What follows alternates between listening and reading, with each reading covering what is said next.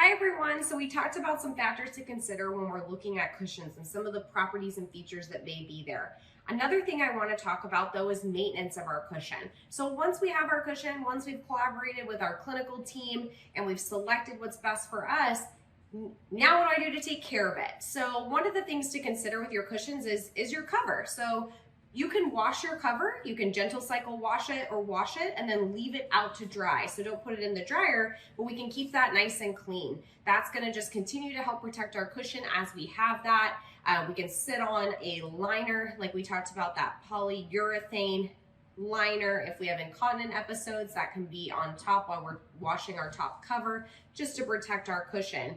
The other thing is we always wanna make sure maybe we put that cover on the correct direction. So if it's on backwards, that's okay, but we need to know what the front and the back of our cushion is. So on a lot of our cushions, you're always gonna kind of have your label in the front, and then you have the zipper in the back. But what is the front and the back of my cushion? So when I take my cushion cover off, I'm always gonna wanna look, because for example, with the cushion we showed earlier before, let's say I have these positioning wedges and I'm sitting in it and I take it off to wash it. Well, what if I put on my cover backwards and then I'm sitting on my cushion with this as the back? Well, I don't need those wedges in front. Now I've got all these big wedges in front. That's not going to be providing me the properties and the reasons behind why I have those wedges. So it's always important to make sure to look at your cushion when you do get it or you have it in your chair. Identify where is the front and back of that cushion.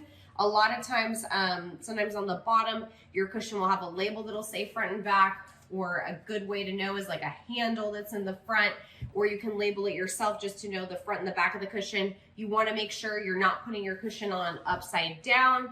So always making sure that you're getting the properties out of the cushion that you need. Another thing to know is just always checking if there is any maintenance to your cushion.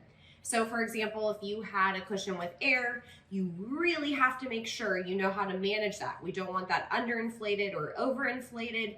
And so there may be a requirement that you need to pump that up every now and then and check on that.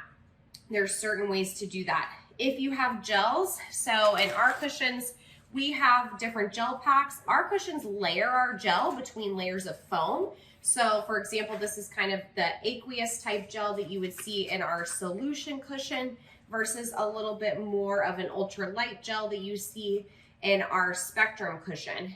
So with this, our gel packs are actually segmented, meaning there's two segments. So each bone in your bottom has its own pack of gel that's typically layered in between the foam, so you can't see it from on top. But that makes it to where there's zero maintenance. You don't need to do anything with this. Some cushions do require that you need to knead your gel every time. So your gel might kind of be a little bit more bunched up in the back of your cushion, and before you get in, you're needing to kind of smooth it out before you sit down to make sure you're nice and level on that cushion.